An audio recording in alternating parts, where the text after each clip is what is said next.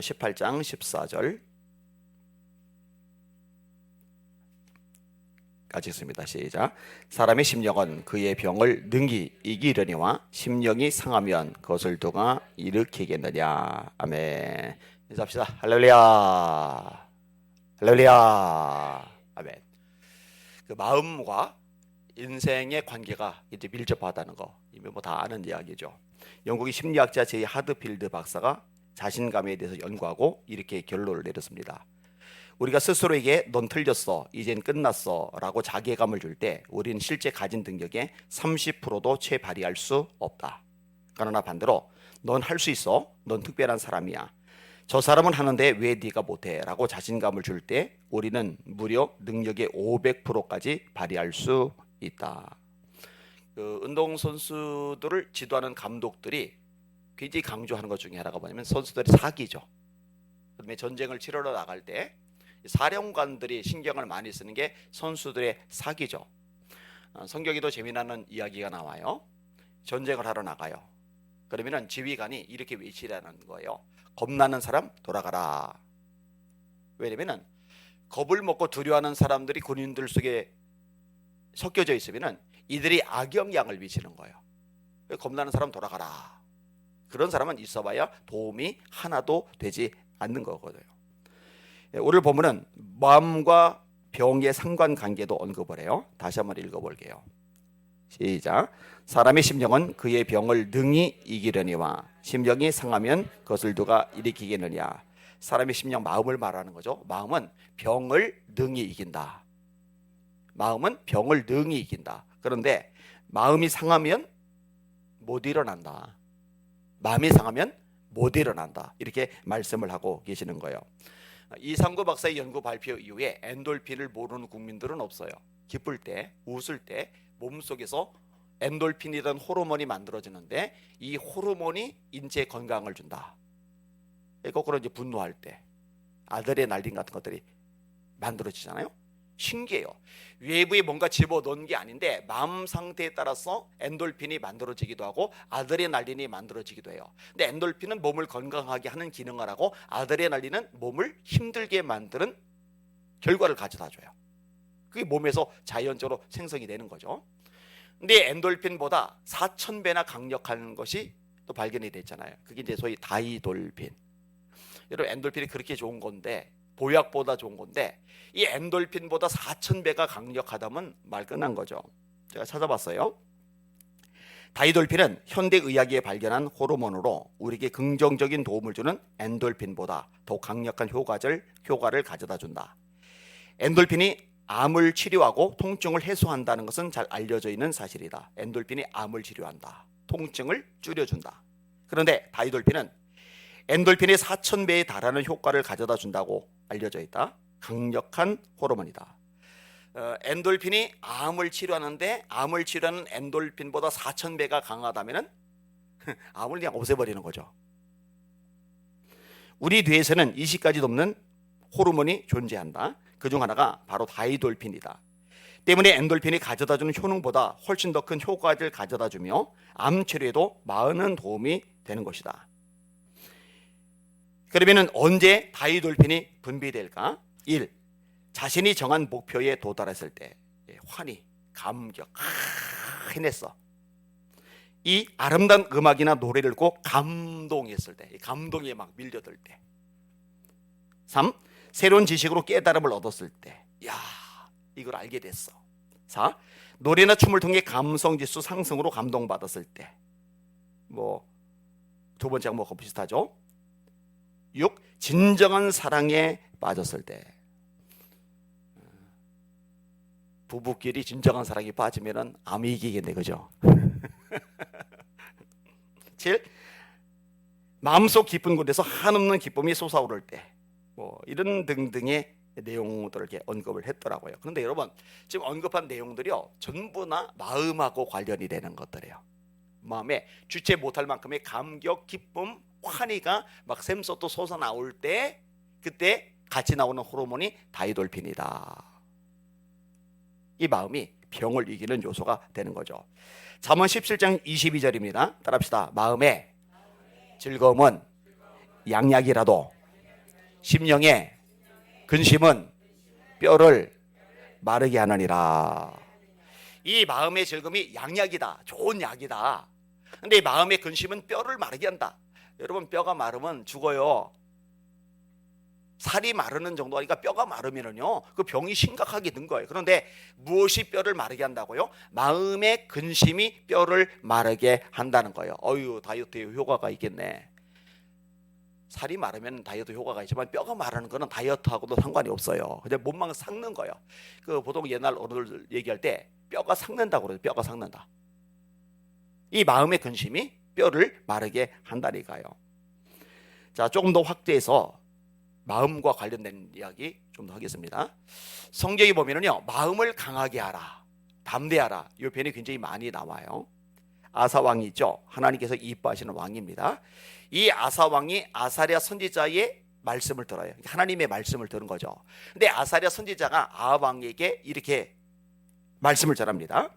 하나님의 영이 오뎃의 아들 아사랴에게 임하심에 그가 나가서 아사를 맞아 이르되, 아사와 및 유다와 베냐민의 무리들아, 내 말을 들으라. 너희가 여호와와 함께하면 여호와께서 너희와 함께 하실지라.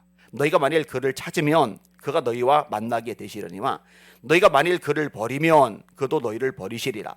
이스라엘은 참신이 없고 가르치는 제사장도 없고 율법도 없은 지가 오래되었으나 그들이 그 환난 때에 이스라엘 하나님 여호와께로 돌아와서 찾음에 그가 그들과 만나게 되셨나니 그때 온 땅의 모든 주민이 크게 요란하여 사람의 출입이 평안하지 못하며 이 나라와 저 나라가 서로 치고 이 성읍과 저 성읍과 또한 그러하여 피차 상한 바 되었나니 이는 하나님이 여러 가지 고난으로 요란하게 하였음이라. 무슨 말이냐면요, 나라가 왜 이렇게 어수선한지 알아? 너희들이 하나님을 찾지 않아서 그래. 너희들이 하나님을 버려서 그래. 뭐 정치, 경제, 사회, 문화, 언론, 교육, 뭐 다양한 문제들이 있을 수 있는데요, 여러분, 그거 하나님이 다 손에 쥐고 계십니다. 그런데 하나님이 돕지는 않으시는 거예요. 그러니까 나라가 개판 5분 전인 거예요. 너희들 하나님 떠나서 그래. 하나님 안 찾아서 그래. 그런즉 너희는 강하게 하라. 너희의 손이 약하지 않게 하라. 너희 행위에는 상급이 있음이라 하리라. 너희는 강하게 하라. 마음을 강하게 하라. 이렇게 말씀을 해요. 아사가요, 이 아사랴 선지자의 말을 듣고 나서 진짜 마음을 강하게 합니다. 아사가 이 말, 곧 선지자 오뎃의 예언을 듣고 마음을 강하게 하여, 오뎃이라고 되는데 오뎃의 아들 아사랴가 정확합니다. 석유사람 보죠. 아사가 이 말, 곧 선지자 오뎃의 예언을 듣고 마음을 강하게 하여 가증한 물건들을 유다와 베냐민 온 땅에서 없애고 또 에브라임 산지에서 빼앗은 성읍들에서도 없애고 또 낭실, 여호와의 낭실 앞에는 여호와의 제단을 재건하고. 여러분, 마음을 강하게 하니까 우상을 제거를 해요. 나라를 정결하게 해요. 여러분, 왕조차도 눈치를 보는 거잖아요. 백성들이 이렇게 좋아하는데, 이렇게 잘 따르는데 내가 싹 제거해버리면 여론이 나빠질 거야. 인기가 떨어질 거야. 이 마음이 여리면은 하나님의 말씀도 단호하게 못해요. 우리나라 장로 대통령들이 그랬잖아요. 얼마나 깝깝합니까? 그래서 이제 마음을 강하게 하라고 선지자가 말한 거고, 아사왕은 선지자 하나님의 종의 말을 듣고 마음을 강하게 한 다음에 우상들을 제거해 버린 거예요. 그러니까 어떤 일이 생기느냐, 나라가 안정을 찾는 거예요. 사람들이 붙어 나가는 거예요. 이는 이스라엘 사람들이 아사의 하나님 여호와께서 그와 함께 하심을 보고 아사에게로 돌아오는 자가 많았음이더라. 자, 좀만 더 얘기할게요. 아사 왕보다 사실은 더 하나님께 인정을 받은 왕이 있어요. 히스기야 왕. 히스기야는 워낙 유명하잖아요. 히스기야 왕이 하나님의 말씀대로 통치를 잘하는데 아수르 왕, 그 당시 초인류 강대국인 아수르의 왕 사네립이 18만 5천 명을 거느리고 쳐들어왔어요. 역대하 32장 1절. 이 모든 충성된 일을 한 후에 정말 제대로 순종해서 신앙의 삶을 살았는데, 그 후에 개판으로 산 게 아니고 정말 말씀대로 살았는데, 그 후에 아수르 왕 사네립이 유다에 쳐들어와 견고한 성읍들을 향하여 지를 치고 쳐서 점령하고자 한지라. 이때 여러분, 히스기야가요 백성들에게 요구하는 내용이 뭔지 아세요? 너희들 마음을 강하게 해. 그거 요구해요. 역대하 32장 7절과 8절. 너희는 마음을 강하게 하며 담대히 하고 아수르 왕과 그를 따르는 온 무리로 말미암아 두려워하지 말며 놀라지 말라. 우리와 함께 하시는 이가 그와 함께 하는 자보다 크니 그와 함께 하는 자는 육신의 팔이요 우리와 함께 하시는 이는 우리 하나님 여호와시라. 반드시 우리를 도우시고 우리를 대신하여 싸우시리라며 백성이 유다 왕 히스기야의 말로 말미암아 안심하니라. 자, 마음을 강하게 하는데 근거가 뭐냐? 따라합시다. 우리와 함께 하시는 이가 그와 함께 하시는 이보다 크시다. 여러분, 하나님이 세상보다 크십니다. 믿으시면 아멘. 따라하세요.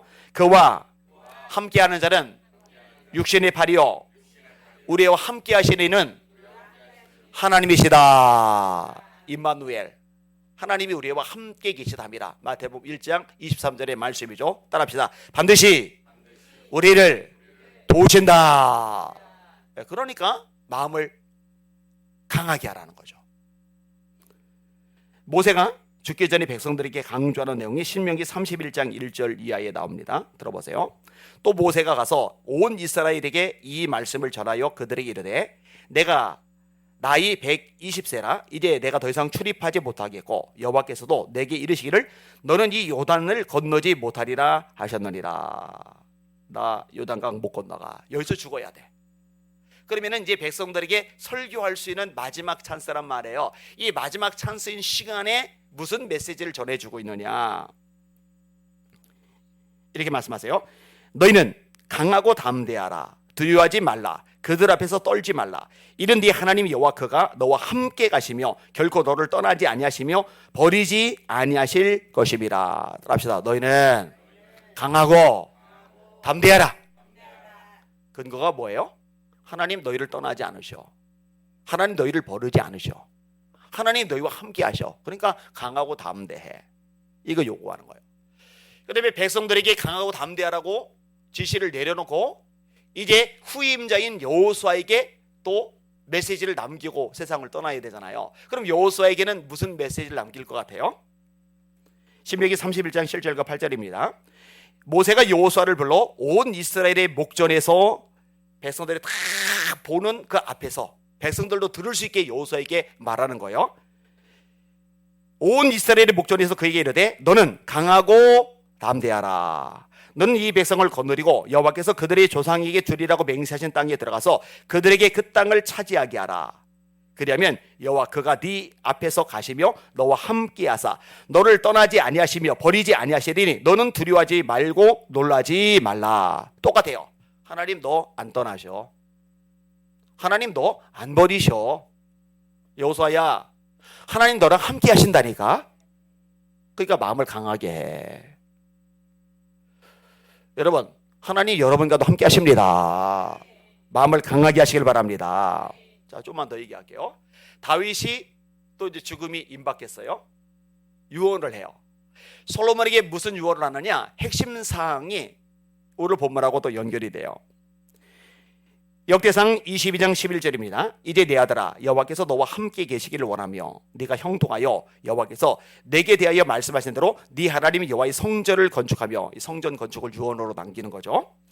여호와께서 네게 지혜와 총명을 주사 네게 이스라엘을 다스리게 하시고 네 하나님 여호와의 율법을 지키게 하시기를 더욱 원하노라. 그때에 네가 만일 여호와께서 모세를 통하여 이스라엘에게 명령하신 모든 규례와 법도를 삼가 행하면 형통하리니. 따라합시다. 강하고 담대하여 두려워하지 말고 놀라지 말아라. 너 말씀 지켜. 너 말씀 지켜. 이런 말씀을 밤낮으로 묵상하던 다윗, 하루에 7번씩 묵상하던 다윗, 죽기 전에 그 마지막 순간에도 솔로몬 보고 너 성전 지어야 되고 너 말씀 지켜. 근데 이 말씀을 지키라고 해놓고 이어지는 말씀이 뭐냐? 너 마음을 강하게 하고 담대해. 왠지 알아요? 하나님의 말씀대로 사는데 때로는 이 강하고 담대한 게 있어야 가능한 것들이 있거든요. 야, 내가 말씀을 지키긴 해야 되는데 이 말씀대로 하면 내가 지금 형편이 쪼들려질 텐데, 문제가 생길 텐데, 사람들 여론이 안 좋을 텐데, 이런저런 문제가 발생할 텐데, 지금 내 처지가 여건이 말씀대로 하기는 조금 곤란한데, 그때 마음을 강하게 하는 거죠. 이제 마음을 담대하는 거죠. 아니야, 이럴 때 말씀 지켜야 돼. 아니야. 이럴 때 말씀 순종해야 돼. 아니야. 이럴 때 말씀대로 하면은 하나님이 도와주시고 역사하시고 책임져 주시. 할렐루야. 여러분, 말씀을 지키는 것하고 마음을 강하게 하는 것하고 아주 밀접하게 연결이 되어져 있다니까요. 말씀대로 사는 거 생각보다 쉽지 않아요. 환경이, 처지가, 여건이, 상황이, 정서가, 사람들의 반응이 우리에게 끝없이 영향을 미친다니까요. 이게 이제 다윗이 솔로몬에게, 모세가 여호수아에게, 백성들에게, 히스기야가, 또 아사왕이 이 마음을 강하게 하는 내용들이란 말이에요. 그런데 여러분, 이게 하나님이 당신의 백성들에게 원하시는 신앙의 자세예요. 근데 조금만 생각해 보세요. 여러분 자녀들이 있는데 애들이 마음이 강하지 못한 거예요. 마음이 담대하지 못한 거예요. 맨날 쪼그라들어가지고 어떡하지 큰일 났다. 겁먹고 두려워하고 불안해하고 막 초조해하고 우울해하고 막 절망과 좌절에 빠져가지고 입을 뒤집어 쓰고 그냥 구탱이에서 막 덜덜덜덜 이러면요 부모님 심장이 타들어가요. 속 터져요. 미칩니다. 근데 자녀들이요 마음이 강한 거예요. 담대한 거예요. 하나님 함께 하시지. 하나님 도와주시지. 합력하여 서로를 이루게 하시지. 마침내 승리하게 하시지. 그 하나님 나와 함께 하셔. 이렇게 당당하게 세상의 한복판을 걸어가요. 그럼 부모들이 볼 때 얼마나 마음이 뿌듯하겠느냐고요. 여러분, 우리 하나님 아버지도 동일하십니다. 당신의 자녀들이 쭈그러 있기를 원하잖아요. 강하고 담대하기를 원하십니다. 그래서 이 말씀이 생각보다 많이 나오는 거예요. 시편 27편 14절, 너는 여호와를 기다릴지어다. 강하고 담대하며 여호와를 기다릴지어다. 시편 31편 24절, 여호와를 바라는 너희들아 강하고 담대하라. 여호수아 1장 6절에서 9절, 모세가 여호수아에게 강하고 담대하라 말하기도 하지만 하나님이 여호수아에게 직접 말씀하시기도 하는데, 여러분 강하고 담대하라는 말씀이 몇 번 나오는지 세보세요. 제가 여호수아 1장 6절에서 9절까지 세 절을 읽어드릴게요. 강하고 담대하라. 너는 내가 그들의 조상에게 맹세하여 그들에게 주리라 한 땅을 이 백성에게 차지하게 하리라. 오직 강하고 극히 담대하여 나의 종 모세가 네게 명령한 그 율법을 다 지켜 행하고 우로나 좌로나 치우치지 말라. 그러면 어디로 가든지 형통하리니 이 율법책을 네 입에서 떠나지 말게 하고 주의하러 그것을 묵상하여 그 가운데 기록한 대로 다 지켜 행하라. 그러면 네 길이 평탄하게 될 것이라. 네가 형통하리라. 내가 네게 명령한 것이 아니냐. 강하고 담대하라. 두려워하지 말며 놀라지 말라. 네가 어디로 가든지 네 하나님 여호와가 너와 함께 하시느니라. 몇 번 말씀하셨어요? 3번이나. 강하고 담대하라. 강하고 담대하라. 강하고 담대하라. 여러분, 한 번에 3번이나 말씀하실 만큼 하나님이 여호수아에게 원하는 거 이거예요. 너 마음을 강하게 하고 담대해. 너 내 종이야. 너 내 사람이야. 여러분, 저도 역시 담임 목사로서 여러분 영혼들을 세워나가는 목회자로서 어떤 모습을 보면 기쁘겠어요? 간단하죠. 우리 성도들이 강하고 담대한 모습을 드러낼 때, 강하고 담대하십시오. 여러분 마음에 두려움이, 불안이, 우울함이, 절망이, 좌절이, 열등감이, 자격지심이, 온갖 부정적인 사고방식과 생각들이 틈타지 못하도 여러분의 마음을 지켜나가시기를 주님의 이름으로 축원합니다. 잠언 4장 23절 유명하죠. 따라합시다. 모든 지킬 만한 것 중에서 더욱 내 마음을 지켜라. 생명의 근원이 이에서 나는 줄 너희가 알미리라. 마음을 지키십시오. 딱 까놓고 얘기해서 살다 보면은요 별일 다 겪어요. 이런저런 일 다 만나요. 뭐 100% 일이 잘 풀립니까? 100% 사람의 협력을 잘합니까? 뭐 100% 뭐 성공 거두고 100% 뭐 내 처지가 여건이 좋아요? 없어요. 다윗도 그런 적 없고요. 아브라함도 그런 적 없어요. 심지어 이삭 같은 인물도 그런 적 없어요. 히스기야도 그런 적 없고요. 바울도 베드로도 그런 적 없어요. 그런데 잊지 마세요. 이 세상 어마어마해 보이는 이 세상보다 크신 분이 하나님이시고 그 하나님이 계속 말씀하는 거예요. 내가 너와 함께 있다. 그러니까 강하고 담대해. 두려워하지 마. 놀라지 마. 네 마음을 지켜. 생명의 근원이 여기서 나는 거야. 저래도 설교다 가끔 말이지만 인상 쓰고 한숨 내쉬면서 얼굴이 익어서 막 고개 푹 숙이고 있는 사람이 있으면 제가 옆구리 확 꼬집어 버린다고 그러잖아요. 그죠? 그러고 있으면 안 돼요. 하나님 살아 계시니까 강호 담대한 믿음의 용사들 다 되시기를 예수님의 이름으로 축원합니다. 아멘.